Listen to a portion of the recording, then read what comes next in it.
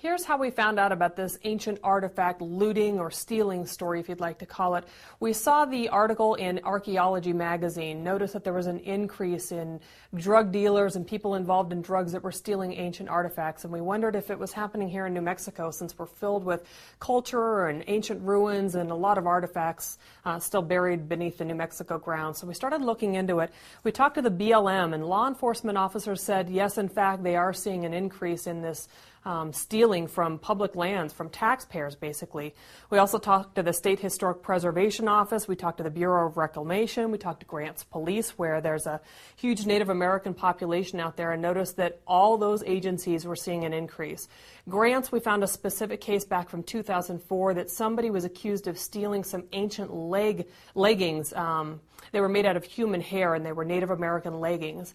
And they had stolen them from a cavern or an ancient land, a pueblo. We're not quite sure where it was taken from.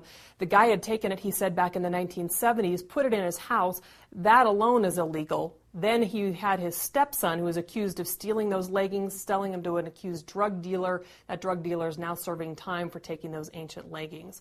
So it is a huge problem here in New Mexico, and in fact, it's the third biggest problem for trafficking next to guns and drugs across the United States. We found that fascinating. In fact, it's a $5 to $6 billion a year trafficking problem. So we started looking into the problem. Notice we went down to the Dittert site, which is just south of Grants by about 30 miles. It's a Pueblo ruin that's from 1000 AD, and we found shards, pottery shards that were suspected of being from 1000 AD that were still in the area. People had dug them up, and again, that is illegal to disturb, dig up, do anything with them. Obviously, take them is illegal.